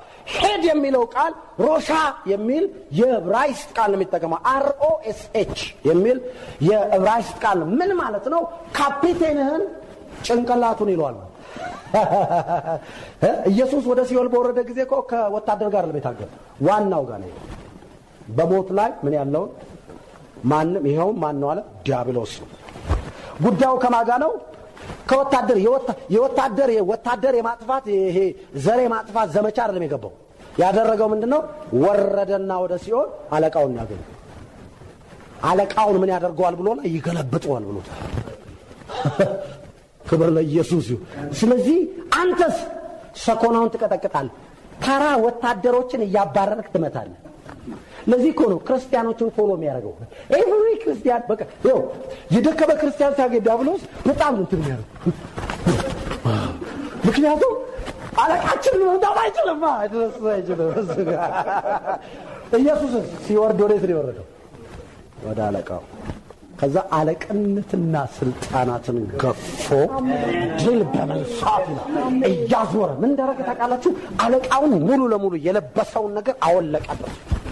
ታጥቆ ነበር፣ ከኛ ሰርቆ ለብሶት ነበር። ለብሶ በዛ ይዘንጣል፣ ይጠልዘናል፣ እኛ በሰጠነው ማለት ነው። ከዛ ተቀበለውና እሱ ራቁቱን እያዞረ አያችሁት ያለቃው ስላቸው አይተነዋ ይላሉ ጨፍራው በሙሉ። ምክንያቱም ጎልያድን ከጣርከው ፍልስጤም አይዋጋም፣ ይሸሻል። that is the point። ጎልያድ ከወደቀ በኋላ ፍልስጤም እኛ እንዋጋለን እንዴ ጎልያድ ቢወድቅ እኛ እንፈራለን እንዴ አትልም። ጎልያድ ከወደቀ መሮጥ ነው ያለው። ምክንያቱም ዋናቸው እንደወደቀ ባዩ ጊዜ ሌሎቹስ ሮጡ፣ ሸሹ፣ ሰኮናው። ስለዚህ አሁን ሰይጣን ነቄ ብሎ እየፈለገ ነው። አሁን ከዚህ ቀን ጀምሮ ወቻውት ያደርጋል። ምናልባት ያ ዘር ይመጣል ነው። የመጀመሪያ ዘፍጥረት ምዕራፍ 4 ላይ አዳም ማን ወለደ? አቤልንና ቃየን። ስለዚህ ቃየንን ሲያዩ የሱ አባል ስለሆነ ምናልባት አቤል ሊሆን ይችላል ዘሩ። ስለዚህ ቶሎ ማስገደል አለበት፣ አለበለዚያ ድራሹ ላይ ያጠፋው። ስለዚህ ማንን አስገደለው? this is bible እንደ ሴንስ እንደሚሰጣው በዚህ በዘፍጥረት 3:15 እይታ የምታዩት ከሆነ ባይብል ሴንስ ይሰጣል። ብዙ ሰዎች አሁን ወዴት እንደምመጣ አሳያችኋለሁ። ዘፍጥረት ምዕራፍ 4 ላይ አቤል ከተገደለ በኋላ እግዚአብሔር እንደገና ሴትን አስመጣና አሁንም እየቀጠሉ ያለ ዘፍጥረት ምዕራፍ 6 ላይ ዲያብሎስ አሁን በመግደል ስላልቻለ ሁሉንም ማስገደል አትችልም። ምክንያቱም ዲያብሎስ ለመግደል እስቲል ህጋዊ መብት ያስፈልገው። ስለዚህ መግደል ሁሉንም ስላልቻለ ያደረገው ነገር ምንድነው? ዘፍጥረት ምዕራፍ 6 ላይ በጣም ለብዙ ሰዎች ግራ የሚያጋባ ክፍል ነው። ከቁጥር 1 ጀምሮ ላንብበው። እንዲህ ሆነ፣ ሰዎች በምድር ላይ መብዛት በጀመሩ ጊዜ ምንም ሊቆጣጠራቸው አልቻለም። ምን ማድረግ ጀመሩ? ያስገደለ ቢሆንም መብዛት ጀመሩ። በጀመሩ ጊዜ ሴቶች ልጆች ተወለዱላቸው። ሃሌሉያ! የእግዚአብሔርም ልጆች የሰውን ሴቶች ልጆች መልካሞች እንደሆኑ አዩ። የእግዚአብሔር ልጆች የማን ልጆች አዩ? የሰውን ልጆች። ብዙ ሰው የእግዚአብሔር ልጆች ማለት የእግዚአብሔር ነው። እግዚአብሔር የለም። እሱ ልጆች ማለት የሰው ልጆችስ የማን ናቸው? የሰው ማን ነው? ይሄ የእግዚአብሔር ልጆች የሚላቸው እነዚህ ፎለን ኤንጅልስ ያደረጉት ነገር ምንድነው? ፊዚካሊ መገለጥ ጀመሩ ምንድነው? እና የሰው ፊዚካል እንትን ይዘው ይመጣው ከሴቶች ጋር መጋባትና መዋለድ ጀመሩ። ምንድነው ያደረጉት? ዘሩ የሚመጣው በሴት በኩል አይደል? ሴቶች ልጆችን እየወሰዱ ሚስት ማድረግ ጀመሩ። እነዚህ ሰዎች ኖርማል እንትን አይደለም ያላቸው። ላሳያችሁ ቀጥሎ ምን እንደሚል። እግዚአብሔርም ምን እንዳለው ቁጥር 2 ላይ ሚስቶች እንደመረጡ ይነግረናል። እግዚአብሔርም መንፈሴ በሰው ላይ ለዘላለም አይኖርም፣ እርሱ ስጋ ነውና ዘመኖቹ 120 ይሆናሉ አለ። ከዚህ በፊት ያው እንግዲህ ታውቁታላችሁ 9 ከምናምን ነው። በቀላሉ ደፈታ ያሁኑ ሰው ነው በ30 ላይ ለመሞት ፕሮግራም ያወጣው። እግዚአብሔር ስንት ወሰነልን? ስለዚህ 120 እና 20 ልዩነት አለው። አሜን አሜን። ክብር ለኢየሱስ ይሁን። አይ እንደሱ መኖር ይቻላል ብለ yes ሃሌሉያ። ለምንድን ነው ለሚያምን ሁሉ ይቻላል የሚለውን ማናምን? ለሚያምን ስንቱ ይቻላል? የእግዚአብሔር ሰው በ17 ዓመታቸው ከካንሰር ከተፈወሱ በኋላ ሁሉ ጊዜ የሚናገሩት ነገር ነበር። እየሰበኩ ያለ እኔ 86 ዓመቴ ላይ ነው ወደ ጌታ የምሄደው። ከ86 20 ምናምን ሆነ 86 ማለት ስንት ጨምረ ማለት ነው? 60 ምናምን። እሱማ ጌታ ነው የሚወስነው። አንተ ማን ምናምን ይላል ሰውየው። በ86 ዓመታቸው ሶፋ ላይ ስቃው ማለት ሲሄዱ እንዴት እንደሄዱ ታውቃላችሁ? ስቃው ሚስያው ቆርሳ አብነታቸው ስትበለጽ ስቃው ሄደዋል። ታሞ ሳይሆን ስቃው። አሜን አሜን። የኔም ህይወት እስቲ እንደዚህ ነው በለው። የኔም ህይወት እንደዚህ ነው። ክርስቲያን ሁሉም ክርስቲያን አይሞትም። ሁሉም ክርስቲያን እንዴ ዛሬ ጌታ ቢመጣ እኮ አንሞትም። ያ ምንድን ነው የምናደርገው? በቅጽበት አይን እንለወጣለን። ከዛ ጌታን ለመቀበል በአየር ላይ አንዳንድ ጊዜ አንድ ጥቅስ አለች። ብዙ ሰው ጥቅስ አይደለም ኢንፋክት ሰዎች የሚጽፉት ጌታ ቢመጣስ ስንት ሰው አይቷለች? ጌታ ቢመጣስ ምንድነው? ቀጥሎ ዳሽ ነው ማስፈራሪያ ማለት ነው። ጌታ ቢመጣ ምን ትሆናለህ ነው። ሃሌሉያ። መልሱን ነግራቸዋለሁ። ጌታ ቢመጣ አብሬው እመጣለሁ። አሜን ሃሌሉያ። አብሬው እመጣለሁ። ለምን? ጌታ ሲመጣ መሬት አንጠብቀውም። እንነጠቅና አየር ላይ ተቀብለነው ሰላም ተባብለን ጨርሰን አብረን እንመጣለን። ስለዚህ ለኛ ጌታ አይመጣብንም። ለኛ ከጌታ ጋር አብረን እንመጣለን። ባትዘ ወይ መጽሐፍ ቅዱስ የሚያስረዳ አንደኛ ተሰሎንቄ ምዕራፍ 3 ላይ አንደኛ ቆሮንቶስ ምዕራፍ 15 ላይ አንብቡ። ሰለሞን እንግዲህ ትምህርት ቤትም እንደዚሁ ነው የሚረብሸው። ጌታ ይባርከው። እርሱም ስጋ ነውና ዘመኖቹም 120 ዕድሜ ይሆናሉ አለ። ሃሌሉያ አሜን። ስለዚህ እዚህ ቤት በሙሉ ሳያችሁ ከጎረምሳ ውጭ እኔ የሚታየኝ ነገር ታርባ በላይ ምን አለ አትበሉ። ታርባ በኋላ ይጫጫናል እኮ በኢየሱስ መጫጫን ምናምን እኛ እንጫናለን እንጂ አይጫናም። ክብር ለኢየሱስ ይሁን። አያችሁ ሙሴ በ120 ዓመቱ የመሞት ፕሮግራም ይዘው ወገኖች 120 ዓመቱ ላይ ዝም ብሎ ይሰራል፣ ይወጣል፣ ያሰማራል። ያው የእስራኤልን ሕዝብ ደግሞ መምራት በራሱ ውስጥ ትልቅ ስራ። ከዛ መጨረሻ ላይ እግዚአብሔር የሚሞት ስላልሆነ ሙሴ አለው ውጣ፣ እዛ ተራራ ላይ ውጣና ሙት አለ። አንተ ምን ሞት አይደለም እያሉንም አላሰራውም ሙት አለ። ከዛ ተበሳጨ ሙሴ፣ ምክንያቱም በ120 ዓመቱ ለመሞት ፕሮግራም የለውም። በእናንተ ምክንያት እኮ ነው እንጂ እኔ እኮ እንዲህ በቀላሉ መጀመር ነው ማለት 120ንም ጥሶ ለመሄድ ነው። ከዛ አገልግሎት የጀመረው ባይዘው በ80 አሁን ከዚህ አሁን እንደው በዚህ ዘመን ያለውን 80 ዓመት የሞላው ሰው እግዚአብሔር ታገለግለኛለህ ቢለው የታው እኔ ሰብስበኝ እንጂ ምን ሰራላለሁ ነው የሚለው። ይሄ ፕሮግራማችን ለመሞት የተዘጋጀ ነው። ምክንያቱም በየቀኑ የሞት ሲስተም በእኛ ውስጥ እንዲገባ ይደረጋል በተለያየ መንገድ።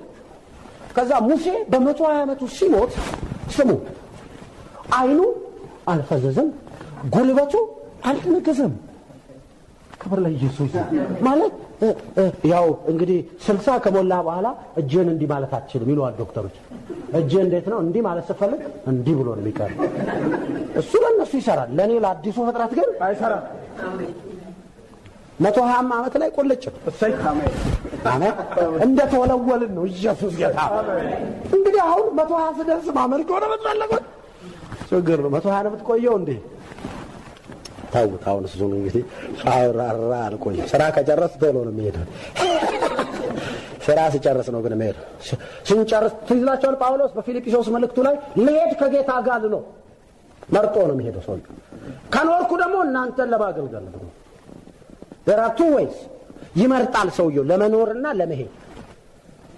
ወገኖች ዝም ብለን አይደለም እየሄድን እንድፈተምልን ፐርፐስፉል የሆነ ላይፍ ነው የምንኖረው። ከዛ ስሙት እግዚአብሔር እንዲህ አለ፣ እነዚህም ወራት ኔፍሊም በምድር ላይ ነበሩ። ደግሞም ከዚያ በኋላ የእግዚአብሔር ልጆች የሰውን ልጆች ሴቶች ባገቡ ጊዜ ልጆችን ወለዱላቸው። እነርሱም በድሮ ዘመን ስማቸው የታወቁ ኃያላን ሆኑ። የእግዚአብሔር ልጆች የማንን ልጆች አገቡ? የሰውን ሴት ልጆች። ከዛ በኋላ እነዚያ የተወለዱት ሰዎች ኖርማል አልሆኑ። ምክንያቱም ከምናምንና ከምናምን ተደባልቀው ሴቶቹን ወስዶ ነው። ለምንድነው? ዘሩ እንዳይበጣ ዘሩን የማጥፋት ስነ ስርዓት እያደረገ በምን አሁን በመዋለድ። ለዚህ እኮ ነው እግዚአብሔር ክርስቲያን ከማያምን ሰው ጋር እንዲጋባ ማይፈልግ። በደንብ ሰው አንዳንድ ክርስቲያኖች ምን አለበት ይላል። ዘር አታበላሽ ብራዝ። ዘር የመበከል ስነ ስርዓት ነው የምትሰራው። ኢንፋክት ክርስቶስ መጥቷል ግን ዘር እንዲቀላቀል አይፈልግም እግዚአብሔር። ስንት ቆንጆ እህቶችና ቆንጆ ወንድሞች እያሉ አሜን ሃሌሉያ ስትል አሜን የሚል ሰው አይሻልም? ሃሌሉያ ስትል ምን አልክ የሚል ምን ያረግላል? ይሄን ሃሌሉያ ትተወኛለህ የሚል ምን ያረግላል እንዴ? ሃሌሉያ ስለ አሜን እና ሸርባለን ስለ ያስ እንጂ ከስር የሚነቅስ እንዴ? ኧረ በኢየሱስ እኔ መቼም አጋባይ ብላችሁ እንደማትመጡ ግልጽ አላጋባም ማለት ቆንጆ ወንድሞች አንድች እህቶች ከሆናችሁ ወንድሞች ከሆናችሁ ደግሞ ቆንጆ ሚስት አለ እንጸልያለን ስትል አሜን እንጸልያለን ምትል እንጸልያለን ስትል የምን ጸሎት ነው የሚል ሰው አያስፈልግም። ስሙ ከዚህ በኋላ እነዚህ ኃያላን ሰዎች በመጽሐፍ ቅዱስ ታሪክን ስታጠሉ ምድርን የመበከል ስነ ስርዓት ይኸውላችሁ ቁመታቸው የሰው ቁመት አይደለም 3 ሜትር ናቸው። ዋን ኦፍ ዜም ታስታውሱታላችሁ ጎልያድ ዋን ኦፍ ዜም። ከዚህ በኋላ እግዚአብሔር ዘፍጥረት 12 ላይ ማንን እንደገና ሲያወጣ ታዩታላችሁ? አብርሃምን መርጦ ከአብርሃም ጋር አብርሃምን ኪፕ እያደረገ አብርሃምን እየጠበቀ ይዞት ሄደ። ከአብርሃም ማንን አወጣ? ይስሐቅን አወጣ። ከይስሐቅ ማንን አወጣ? ያዕቆብን አወጣ። ለምን ሲባል ዘር ይመጣል ብሏል። ዲያብሎስ እየተጋ ያለው ምንድነው? ዘሩ የሚመጣበትን መንገድ የማጥፋት ስነ ስርዓት። ዘፍጥረት ምዕራፍ 6 በኋላ እግዚአብሔር ምድርን በሙሉ አጥፍቷል። ለምን? ጨካኝ አይደል እንደ እግዚአብሔር ይስኖት ለምን እንዳጠፋ ታውቃላችሁ? ካንሰር ሲይዘው ሰው ለምን እግሩን ይቆረጣል? ምክንያቱም እዚህ ጋር ከተውከው በሙሉ ይበላል። ለነገሩ ለኛ ካንሰርን እንበላለን እንጂ ካንሰርኛ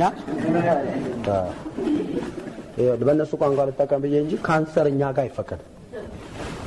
yes just believe that ካንሰር ነው ህይወት ላይ አባቴ ካንሰር ነበረበት ነው የሚያሰጋ በኢየሱስ አባቴ እግዚአብሔር ካንሰር የለበት። ስለዚህ ከሱ የወሰድከው ነገር ምንድነው? ጤንነት ነው። ሃሌሉያ። እግዚአብሔር ካንሰር አለበትም። yes ስሙ ከዚህ በኋላ እግዚአብሔር ከይስሐቅ ውስጥ እነዚህን ምድር ላይ ያሉትን በሙሉ ሲያስጠፋቸው ለምንድን ነው ያስጠፋቸው? ኖህን ብቻ ነው የተረፈው። በሙሉ ተበክለዋል። ስለዚህ ኖህን አስቀረና በሙሉ አጠፋቸው። ለምን? በዚህ መንገድ ካልሆነ ማስቆም አይቻልም። ስለዚህ ከዚህ በኋላ እግዚአብሔር ምንድን ነው ያደረገው? ከኖህ ጋር ኪዳን ገባ። ሁለተኛ ምድር እንደዚህ እንደማያደርግ አሜን። ሁለተኛ በጥፋቷ ምድርን እንደማይለቅ። ከዚህ በኋላ ኖህ በጣም የሚያስገርም ህይወት ነው የኖረው። ከኖህ በኋላ የመጡት እንግዲህ እና አብርሃም፣ ከዛ ይስሐቅ፣ ከዛ ያዕቆብ፣ ከዛ ውስጥ ከወጡ በኋላ እንደገና ዲያብሎስ ዘሩን በምድር ላይ መትከል ጀመረ። ስለዚህ እስራኤልን አወጣና እግዚአብሔር የአንድ ሰው ጥያቄ ደግሞ ምንድነው? እግዚአብሔር ጨካኝ ስለሆነ እኮ ነው በእስራኤል ለምንድን ነው ለእስራኤል የሚያዳለው? ለምሳሌ አማሌቃውያንን አጥፋልኝ ይላል። አንድ እንዳይ ሕፃን ልጅ ካገኘ ግደለው። አንድ ፍቅር የሆነ እንደዚህ ይላሉ። yes በምንድነው ታውቃለህ? ያ ዘር ታርጌታቸው ዘሩ የሚመጣበትን መንገድ የማጥፋት መስራት። ስለዚህ እግዚአብሔር በእስራኤላውያን ሲያደርግ የነበረው ምንድነው? ዘሩ እንዳይመጣ የሚበክሉትን በሙሉ ሲያጠፋ ነበር ይላል። አሕዛብን በሙሉ አያጠፋም። አንዳንዶችን አይታችሁ ከሆነ በእነዚህ መንገድ እለፉና ሂዱና እነዚህን ምቱ ይላል። እነዛኞቹ ፒውር ዘር ስለሆኑ አይነካም። ሰዎች ስለሆኑ ከነሱ ጋር ችግር የለውም። ምክንያቱም ሰዎች ነገር ግን ይሄኛውን ዘር እንዳይመጣ መንገድ የሚዘጉትን ግን በጠቅላላ እግዚአብሔር በእስራኤል አጸዳ። ስለዚህ እግዚአብሔር ፍቅር ስለሆነ ነው በእስራኤል ሰዎችን እንትን ያደረገው። ከዚህ በኋላ ላሳያችሁ አንዳንድ ጥቅሶች። መዝሙረ ዳዊት ምዕራፍ 18 ላይ በብሉይ ኪዳን እግዚአብሔር ፍቅር ነበረ ወይ? yes ዘፍጥረት 18 ላይ ዳዊት እንደዚህ አለ። መዝሙረ ዳዊት 18 ላይ ዮሐንስ ወንጌል ምዕራፍ 3 ላይ መጥቼ ነው መጨረስ የምፈልግ የነበረው። ሰዓቴ ኦልሬዲ አልቋል። ስለዚህ ኔክስት ዊክ ዮሐንስ 3 ላይ ነው መጀመር። እንደዚህ ይላል 18 ቁጥር 18 ላይ በመከራዬ ቀን ደረሱብኝ። ዳዊት ነው ይሄንን የሚለው። እግዚአብሔር ግን ደጋፊ ሆነ፣ ወደ ሰፊ ስፍራ አወጣኝ። ክብር ለኢየሱስ ይሁን። አሜን። እግዚአብሔር ሲያወጣችሁ የሆነ ሸለቆ ውስጥ አይደለም ያወጣችሁ፣ ወደ ሰፊ ነገር ውስጥ ነው ያወጣችሁ። ከዛ ስሙት፣ ወዶኛልና አዳነኝ። እስኪ ከኔ ጋር በሉ፣ ወዶኛልና አዳነኝ። እግዚአብሔር ዳዊትን ምን ይለው ነበር? ይወደው ነበር። ስለሚወደው አዳነኝ። ከማን ያዳነው? ከላይ ሄዱና አንብቡት። ከመጀመሪያው ጀምሮ ሳኦልና የሚያሳድዱት ሰዎች እንደነበሩ ይናገር። እግዚአብሔር ለምንድን ነው ያዳነው ዳዊት ሲባል አይ ዶንት ኖ ስለወደደኝ። እሺ ሰዎች የማይረዱለት ነገር እግዚአብሔር ነገሮችን ለምን አረጋለ? አይ እንዲህ አርጌ ነው። ራስን አታስገባ። ወዶኛልና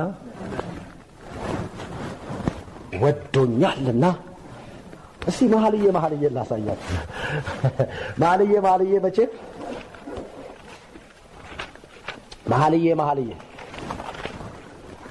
መኃልየ የሚባል መጽሐፍ አለ እንዴ እንዳትሉኝ እንጂ መኃልየ ዘሰለሞን ይላል። praise God። መኃልየ መጽሐፍ ላይ ምዕራፍ 1 ቁጥር 2 ላይ በአፉ መሳም ይሳመኝ፣ ፍቅር ከወይን ጠጅ ይልቅ መልካም ነውና። አቃለው ይሄ ታሪኩ በጠቅላላ የሚያጠነጥነው በአንድ ወንድና በአንድ ሴት ላይ ያጠነጠነ ነው።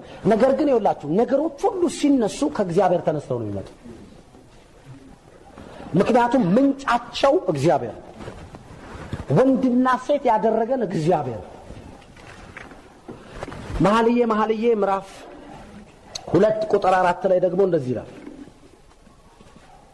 ስሙ አላብዲስ ወደ ወይን ጠጁም ቤት አገባኝ፣ በኔ ላይ ያለው ዓላማው ፍቅር ነው።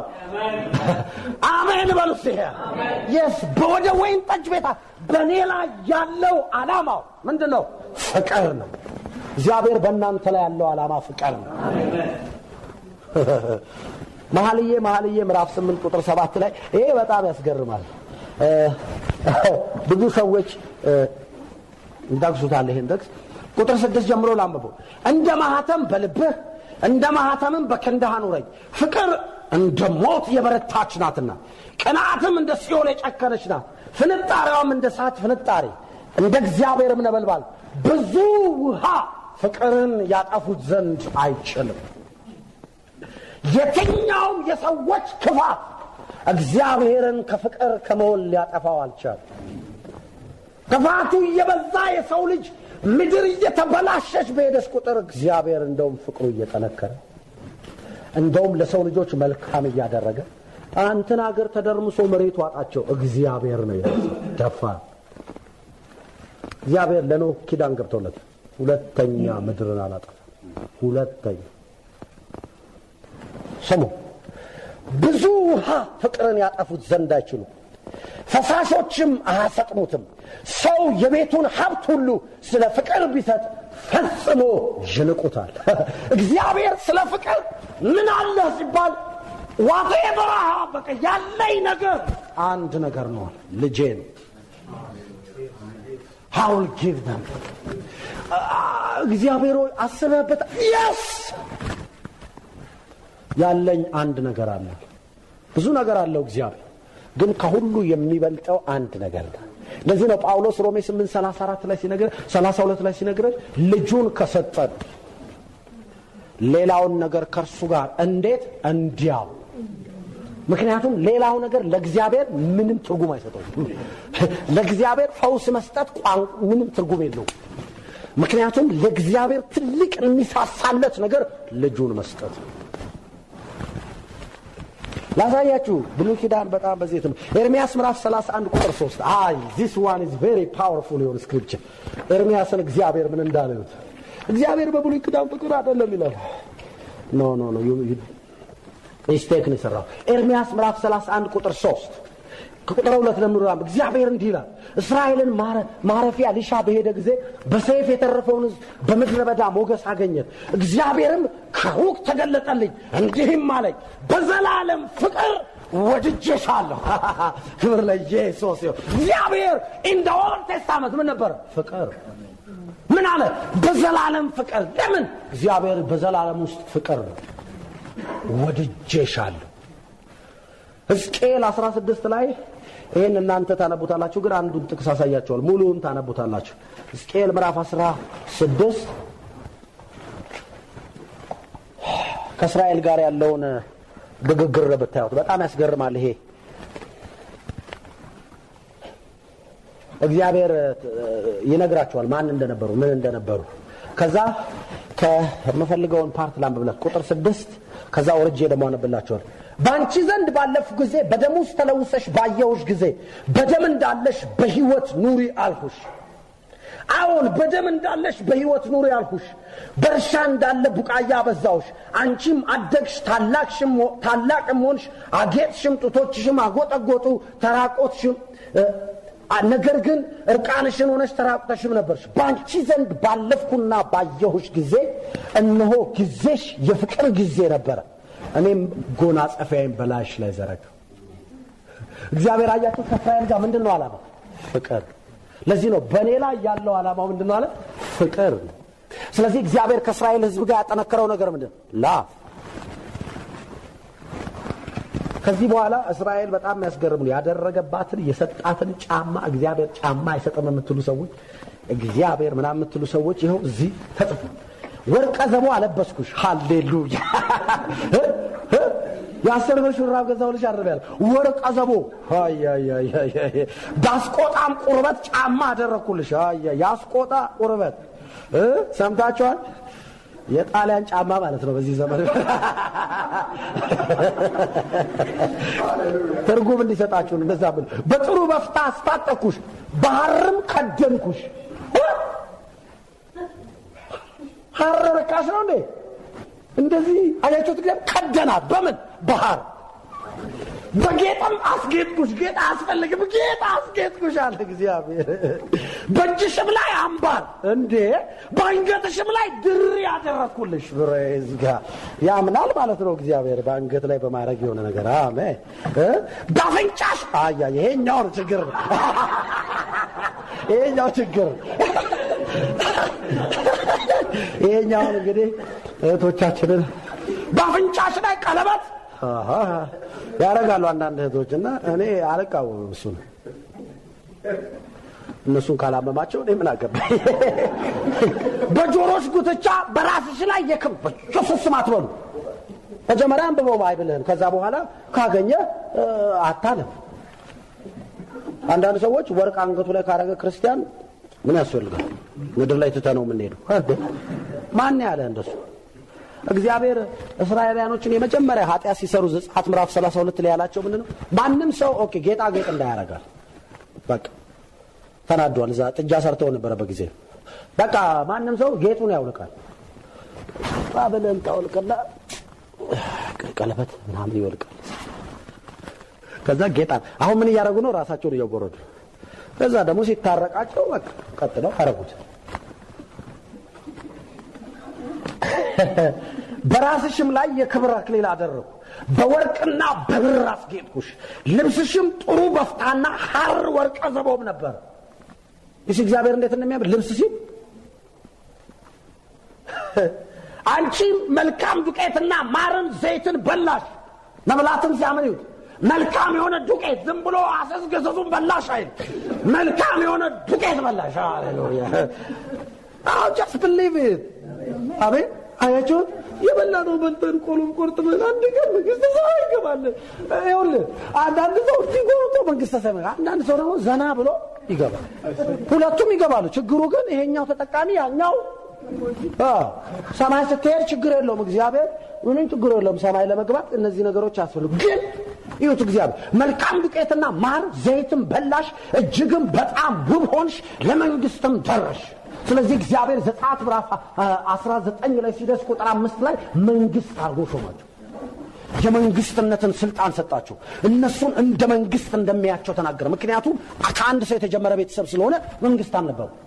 ለዚህ ነው ስቲል እስከ ዛሬ ድረስ ፍልስጤማውያን ክርክራቸው ምንድነው? እነዚህ ሰዎች እኮ ቦታ የላቸው፣ የያዙት የኛም ቦታ የዚያራይ ግን የምድር ሁሉ ባለቤት እግዚአብሔር ከሰጣቸው መብት የለም። ሰማይና ምድር የኔ ነው ስላለ እግዚአብሔር መብቱ ነው ይመስል ኢትዮጵያን ከሰጣቸው ባከሰጣቸው። ባንቺም ላይ ካኖርኩት ከክብሬ የተነሳ ውበትሽ ፍጹም ነበርና ዝናሽ በአሕዛብ መካከል ወጣ ይላል ጌታ እግዚአብሔር። አያችሁት? እግዚአብሔር ዝነኛ ነው የሚያደርገው። ዝና አያስፈልግም። ዝና ምን ያደርጋል? የጌታ ዝና ይጠራ። አንበቦይ ምን አደረኳቸው አለ? ከማ የተነሳ ነው ዝነኛ የሆኑት? እሱ ላይ እነሱ ላይ ካስቀመጠው ክብር የተነሳ። እኛ ዝነኛ ስንሆን እኮ ይኸውላችሁ የመጀመሪያ የሚጠራው ምንድነው የሚያደርገው ነው? ሰባኪ ነው እንዴ? አየ ቀጥሎ ጌታ ጌታ ይላል። እሱ ከመጣ ሳንጸልይ አንጀምርም ይላል ምናምን ይለዋል። ለምን? ኦልሬዲ የጌታ ክብር ባንተ ይጠራል። በመሰረቱ ዝነኝነት ከአብርሃም ጀምሮ በትውልድ ሐረጋችን ውስጥ የተሰጠን ዝርያችን ነው። አብርሃምን እግዚአብሔር ምን እንዳለ ታላቅ አደርግሃለሁ፣ እንግሊዘኛው ፌመስ አደርግሃለሁ ይላል። አንዳንዱ ትርጉም ፌመስ ዝነኛ አደርግሃለሁ። ስለዚህ የዝነኛ ልጅ ያ እንደዛ ነው። በስጋ አብርሃምን ዘር ነው የወረስነው። ስለዚህ ኤቭሪ ብሌሲንግ ኦፍ አብርሃም እኛ ላይ ይሰራል። ስለዚህ እኛ ላይ ሲሰሩ የመጀመሪያ የሚያደርገን ነገር ዝነኛ ነው። ትንቢተ ሆሴዕ ምዕራፍ 11 ቁጥር 4 ላይ የመጨረሻ ጥቅሳችን ይሄ ቢሆነው እንደዚህ ነው። ከዛ ቀጥታ አሁን ኔክስት ዊክ ዮሐንስ ወንጌል ምዕራፍ 3 ውስጥ ነው መንገብ። በሰው ገመድ በፍቅርም እስራት ሳብኳቸው። እግዚአብሔር እስራኤላውያን እንዴት እንደሳበን የሚለው በሰው ገመድ በፍቅርም እስራት ምን አደረኳቸው? ሳብኳቸው። እነርሱም ቀንበር ከጫንቃቸው ላይ እንደሚያነሳውን ድርቆሽም ጣልኩላቸው ይላል። ከዛ ከኤፍሬም ጋር ያለውን ዲስከሽን ነው የሚያሳየው። እናንተ ሄዳችሁ ቤታቸው አንብቡ። ትንቢተ ሚልክያስ ምዕራፍ 1 ቁጥር 2 ላይ እግዚአብሔር እንዲህ ይላል ብሎ ባለፈው መጀመሪያ ጊዜ ያነበብኩት ነው። ወደጃችኋለሁ። ይህ ሁሉ ጥቅስ ከየት ነው የሚወጣው? ብሉይ ኪዳን። እግዚአብሔር በብሉይ ኪዳን ጥላቻ አልነበረም። እግዚአብሔር በብሉይ ኪዳንም ፍቅር ነው። ስለ እግዚአብሔር ትክክለኛ መገለጥ ያገኘነው ግን በአዲስ ኪዳን። እግዚአብሔርን በብሉይ ኪዳን ፍቅር ቢሆንም ሰዎች ግን በፍቅር ከእግዚአብሔር ጋር ህብረት ማድረግ አይችሉም ነበር። ለምን ሲባል ሰዎች ለእግዚአብሔር ያላቸው መረዳት በጣም የተበላሸ ነው። በተለይ የእስራኤል ህዝቦች እግዚአብሔርን የሚያውቁት በከፍተኛ ፍራቻ ስለሆነ ይቀርቡት የነበረው። እግዚአብሔር ለመጀመሪያ ጊዜ በአዲስ ኪዳን ልጁን ኢየሱስ ክርስቶስን ላከውና ወደ ምድር መጣ። ከዛ ኢየሱስ እነሱ በሚጠብቁት መንገድ አይደለም ኑሮ ሁሉ ሲያወራ ጆሆቫ ምናምን አይደለም ይለው። ሲያወራ ዳዲ ኢየሱስ ግን አንተ ማንን ነው ዳዲ የሚለው? ዮሴፍን ነው ወይስ ሌላ ነገር ይላል እንዴ? እሺ ኤቭሪ ታይም ጸባቸው ምን ነበር? እሱ እግዚአብሔርን አዘ ፍሬንድ ነበር የሚያቀርብላቸው። አዘ ፋዘር ዳዲ፣ ባባ፣ ባቢ። አባቴ ይሰራል፣ እኔም እስከ ዛሬ ይሰራል። እሱ እስከ ዛሬ ይሰራል፣ እኔም ይሰራል። አባቢ። ስለዚህ እግዚአብሔር ፊት ስትጸልዩ የመጨረሻው ንግግር ይሄ ነው። ብዙ ጊዜ እንግዲህ ከመድረክ የሚጸለዩ ጸሎቶች አሉ። ሲጀምር አሁን እስቲ መቼ ነው ኢየሱስ እንደሱ ጸልዩ? እኔ ጌታ ሆይ የማረባና የማልጠቅም ባሪያ በፊት ቆሜያለሁ። ቧንቧ ነኝ እኔ እኮ ብዙ ነገር ነው። በጣም እስከረም ነው። ቧንቧ አይደለንም እኛ። ቧንቧ ማለት ይገባችኋል? ማስተላለፊያ ነው። እንደ አንተ እኮ የሆነ ነገር ተጠቅመህ እኮ ያስተላለፍከው ፕሬዝ ጋር። ስለዚህ ቧንቧ ብቻ አይደለንም ማለት ነው። እኔ የማረባ ጌታ ሆይ ጭንጋፍ ነኝ። ጭንጋፍ አይደለንም እኛ። ጭንጋፍ ማለት ትርጉሙን ስለማናቅ ነው የምንለው። ጭንጋፍ ማለት እንደው ታውቃላችሁ? ወሩ ሳይሞላ የተወለደ ማለት 9 ወር ሳይሞላ የተወለደ ማለት 9 ወር ከ5 ቀን ቆይቶ ተወልዶ ጭንጋፍ ነኝ ይላል። ፎርጌት እናትን ጠይቃት መጀመር ስንት ወር እንደቆይ። ምክንያቱም እንግዲህ እኮ እኛ እኮ አናውቅም እኮ ነግረውን እኮ ነው ሁሉ ነገር። እናት አሁን እናት መሆኗን በምን አወቅ? ነገሩን። እናት ነቻሉ አደኩ በቃ ማሚ እያልክ ታርጋለህ። ማሚ ብለህ ትኖራለህ እንጂ ፕሩፍ ማድረግ አንችልም። እንግዲህ ዲኤንኤ ሰጫለሽ እስቲ ለማንኛውም ለማጣራት ፈልጋለሁ ማትሉ። ምክንያቱም ማሚ ብለን አድገናል። እዚህ የምንላቸውን ነገሮች ማስተዋል አለብን። የምንናገራቸውን ነገሮች ካፋችን የሚወጡትን ነገሮች ምሰሉ የተባለው ኢየሱስን ነው። አሜን። የተጠራ ነው ኢየሱስን ለመምሰል። ኢየሱስን ስትመስሉ ደግሞ እንደ ኢየሱስ ጸልዩ። ስትጸልዩ ድምጻችሁ ቀጭን ከሆነ አታወፍሩት። አንዳንድ ሰው ቀጭን ነው ድምጽ ልክ መድረክ ላይ ሲወጣ ይላል። ማንዴ አሁን ቆይ ባለቤቴ እዚህ አለች። ልክ በይሰሩ ኦኖጎ ምናምን ኢየሱስ ስም ነው የምትለው። ምክንያቱም እንደዚህ አይደለም የምታወራው። ጸሎት ላይ ሲሆን ለምንድን ነው እንደዚህ ምን ሆነው? እግዚአብሔር ጋር ስንመጣ እግዚአብሔር ሲሆን ችግር አለበት። ያንዳንድ ሰው ጸሎት ማጓራት ነው። ኖ በአንተ ድምፅ ነው እግዚአብሔር እንጆ የሚያደርገው። አሜን። ሲጸልይ ድምፅ ቀጭን ከሆነ ዳዲ ሃሌሉያ ታንክ ዩ ፋዘር ልክ እንጸልያለን ሲባል ሰው ሁሉ ያኮርፋል። ለምን እንጸልያለን የተባለ ሰው እንጸልያለን ማለት አንደኛ እንኮሳተራለን ማለት አይደለም። ስለዚህ እንጸልያለን ሲባል ፈገግ በል። ምክንያቱም የምናወራው ዳዲ ሃሌሉያ። አያችሁ ሰዎች እኛን ያዩና ፒክቸር ይወስዳሉ። ምን አይነት ፒክቸር? ልክ ስንጸልይ አሁን ልጅ ሲያይ ስትጸልይ ሁሉ ጊዜ ፍቅር ከሆነ በቃ እግዚአብሔር የሚመስለው ሊሆን ነው ያለ ነው የሚመስለው። ምክንያቱም ፒክቸር ካንተ ነው የሚወስደው። ስለዚህ ስትጸልይ ሃሌሉያ አባቱ አመሰግናለሁ ዛሬ ደግሞ ወንደርፉል የሆነ ታይም ነው ካንተ ጋር ማሰብ ትይዘው እና አተብዙ ተስቃለሁ ይሉኛል እግዚአብሔር የጠራኝ ለመሳቅ ነው አንተ ሰው መንፈስ ቅዱስ የተሰማው ቀን የሚመስለው ማለቀ ነው ምን ነው ሲባል መንፈስ የወረደባቸው ቦታ ላይ ሁሉ ሲስቁ እንጂ የምናየው ሲያኮርፉ አናይ መንፈስም ገባብኝ ካለ በኋላ ከገባብ በኋላ ሳቅ ነው የሚመጣ ፕሬዝ ጋድ መንፈስ ገብቶብን ጅብር አንልም እግዚአብሔር ፊት ስንመጣ ነፃ ነው ቤታችሁ ስትጸልዩ ዳዲ ፕሬዝ ጋድ ፋዘር ዛሬ ደግሞ በጣም የሚያስገርም ነው ልዳድ ከሰው ጋር እንደሚያወራ ነው ልናወራ የሚገባው እሺ እንጂ ድምጻችን እየገጭ አስፈልገውም እግዚአብሔር እንዲያለ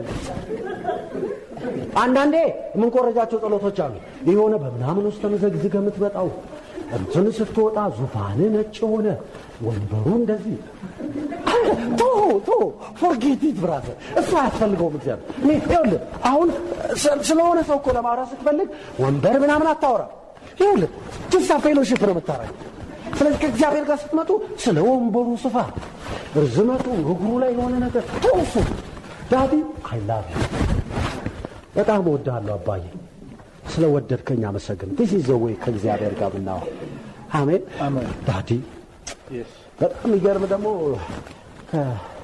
እንደዚህ ሆኜ እኮ እንደዚህ አድርጌ እኮ በጣም ይገርም እኮ ተብቻን ታወራለህ እንዴ ነው ብቻህን አይደለም የምታወራው ለዳዲ ነው የምታወራው ይኸውላችሁ ሰማይ የሚኖር ዳዲ አለን እኛ ውስጥ የሚኖር ዳዲም አለ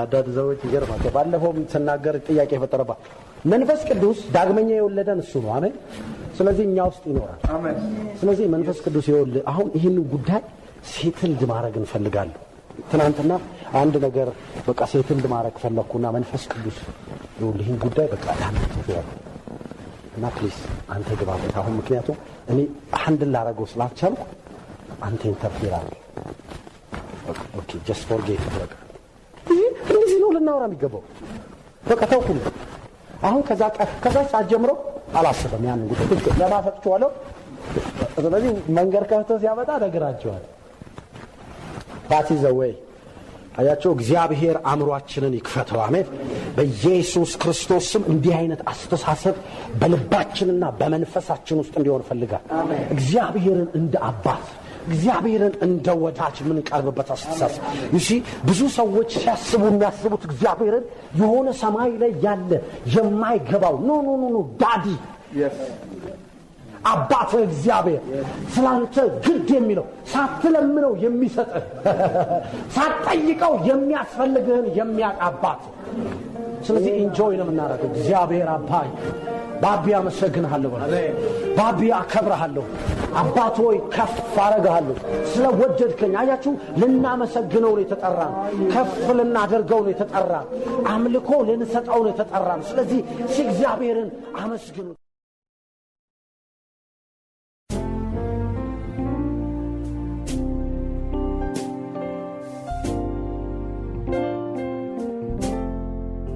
ከዚህ በፊት ጌታ ኢየሱስ ክርስቶስን እንደ ግል አዳኛው አድርገው ካልተቀበሉ ይህንን ጸሎት አብረውኝ ይጸልዩ። እግዚአብሔር አምላኬ ሆይ በጌታ በኢየሱስ ስም ወደ አንተ መጣለሁ። ኢየሱስ ክርስቶስን እንደ ግል አዳኛ አድርጌ እቀበላለሁ። ጌታ ኢየሱስ ክርስቶስ እንደ ሞተልኝ እንደ ተነሳልኝም አምናለሁ። በዚህ ዕለትም ጌታ አድርጌ እቀበላለሁ። እግዚአብሔር አባት ሆይ ልጅህ ስላደረከኝ አመሰግንሃለሁ። በጌታ በኢየሱስ ስም አሜን። ይህንን ጸሎት ከልቦ ከጸለዩ እንኳን ደስ አሎት። ወደ እግዚአብሔር ቤተሰብ ተቀላቅለዋል። መንፈሳዊ ሕይወቱን የሚያሳድጉ ተጨማሪ እርዳታዎችን ለማግኘት በሚከተሉት አድራሻዎች ያገኙናል።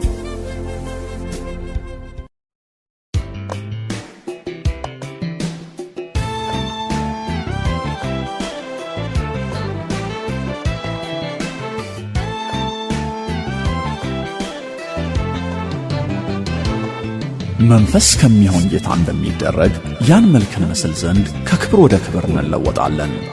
ሁለተኛ ቆሮንቶስ 3:18። ይህ በክብር ሕይወት ቤተክርስቲያን እየተዘጋጀ የሚቀርብላችሁ የወንጌል ትምህርት ነው። ፕሮግራማችን ዘውትር ማክሰኞ ከ11:45 ዘውትር እሁድ ጠዋት ከ3:30 እንዲሁም ዘውትር እሁድ ከሰዓት ከ10:30 ጀምሮ ነው።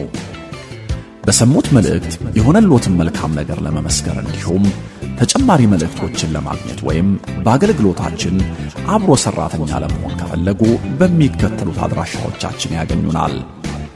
በስልክ ቁጥራችን 251 928 66 7979 እንዲሁም የፌስቡክ ፔጃችንን